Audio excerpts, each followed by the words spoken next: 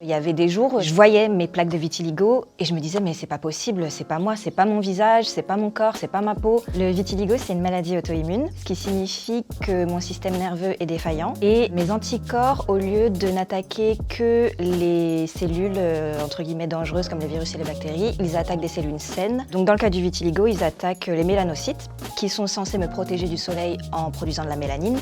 Et donc là où mes anticorps détruisent les mélanocytes, je ne bronze pas. Ça s'est déclenché à partir de 2012, mais au début c'était vraiment deux petites taches, elles se voyaient pas beaucoup, donc je me suis pas alarmée et ça s'est pas développé pendant 1 an ou 2. Et c'est vraiment après quand ça a commencé à s'étendre, à se développer sur les mains et ailleurs sur le corps que j'ai été voir le dermatologue et que là il m'a dit que oui, je faisais du vitiligo. Celle qui s'est développée le plus vite, c'est celle au niveau de ma main droite. Ça a été assez effrayant parce que au début je pensais que je faisais un coup de soleil et faut savoir qu'il faut qu'on se protège du soleil tout le temps parce que là où on a de la dépigmentation, on peut brûler. Parce que on n'a plus de mélanine qui est produite, donc on n'est plus protégé du soleil. Donc j'ai mis ma crème solaire, voilà. Et en fait, le lendemain, c'était encore plus rouge, et le surlendemain, c'était devenu blanc. Moi, comme le vitiligo, il s'est déclenché après la vingtaine, j'ai eu en fait l'impression de refaire une crise d'adolescence, une crise identitaire, de devoir réapprendre à m'accepter. Ça a été super dur parce que ça m'est tombé dessus, je l'ai pas choisi. Et petit à petit, j'avais de moins en moins confiance en moi. Il y a eu une période, j'acceptais plus ce que j'étais. Il y avait des jours où je pouvais me réveiller et je voyais mes plaques de vitiligo et je me disais mais c'est pas possible, c'est pas moi, c'est pas mon visage, c'est pas mon corps, c'est pas ma peau.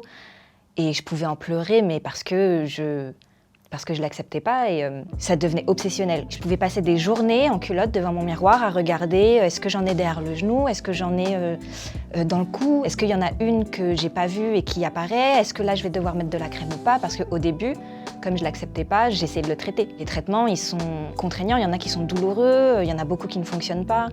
Donc je pouvais me scruter toute la journée et c'était super difficile. La maladie, en fait, je pense qu'elle se voit essentiellement dans le regard des autres. Des fois, on pouvait me fixer et les gens se rendent même pas compte. Là, ça me rappelait que j'avais du vitiligo et là, ça me mettait mal dans ma peau parce que c'est jamais agréable d'être analysé sous toutes les coutures. Il est arrivé que je tienne la barre du métro et que, sans faire exprès, une personne me frôle la main et qu'en voyant mes taches, par réflexe, elle retire sa main comme si j'étais contagieuse ou comme si ça lui avait fait peur, quoi. En remarque classique, celle qui revient le plus souvent quand on m'en fait, c'est « Ah, tu t'es brûlée, tu sais pas cuisiner. Ah, t'as oublié de t'essuyer en sortant des toilettes. » Donc très classe. Parfois, c'est des remarques qui ne partent pas d'une mauvaise intention et c'est encore plus dur. « Ah, mais ça fait pas mal.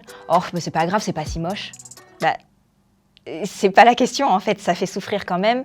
C'est pas parce que ça fait pas souffrir physiquement que ça fait pas souffrir psychologiquement, mentalement. Et ouais, ce regard-là, au début, il était très dur à accepter. Et oui, il a changé. Enfin, moi, j'ai jamais vécu ça avant d'avoir du vitiligo, quoi. On a l'impression que les gens se posent des questions, mais ils ne me les posent pas. C'est frustrant parce que moi, ça ne me dérange pas de répondre aux questions. Au contraire, j'aime autant en parler et faire comprendre aux personnes que c'est pas dangereux ou comment fonctionnent les maladies auto-immunes et tout, plutôt qu'on me demande même pas mon avis et qu'on me dévisage, que ce soit pas agréable et que je me dise bon, y a quelque chose qui va pas, est-ce que c'est mon vitiligo ou peut-être est-ce que j'ai quelque chose entre les dents. C'est difficile à vivre en fait parce que parfois j'ai l'impression que je suis pas légitime à parler de cette maladie-là, parce que je suis blanche, parce que ça se voit pas, parce que c'est pas si moche, qu'on se dise automatiquement que ça ne touche que les peaux mates, foncées et noires. Ouais, je pense que c'est un frein à l'ouverture de cette discussion-là. Maintenant, aujourd'hui, je pense qu'on en parle de plus en plus et le plus bel exemple que je puisse citer, c'est la mannequin Winnie Harlow qui, elle, en a fait sa force, en a fait carrière et elle, son vitiligo, il est vraiment très étendu, très prononcé. Donc je pense qu'elle a énormément aidé à ouvrir cette conversation-là. Je pense pas l'avoir vécu comme un handicap,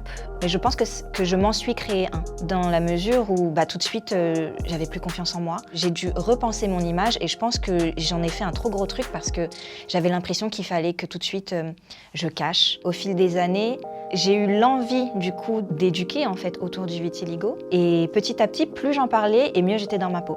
D'en parler, de l'extérioriser, je le gardais plus pour moi, c'était plus que ma maladie. Je pouvais changer le regard des gens. Et du coup, petit à petit, j'étais plus à l'aise pour faire des photos, j'étais plus à l'aise pour porter ce que j'aimais. Et forcément, comme je ne le cachais plus, entre guillemets, ça se voyait plus, donc les gens le remarquent plus, ont plus envie de me poser des questions. Comme je suis mieux dans ma peau, du coup, les gens ont peut-être moins peur de me vexer si jamais ils me posent la question. Et en fait, ça s'est fait comme ça, en parlant autour de moi. Si on décide que c'est pas un handicap, c'en est pas un. Et ça se passera bien.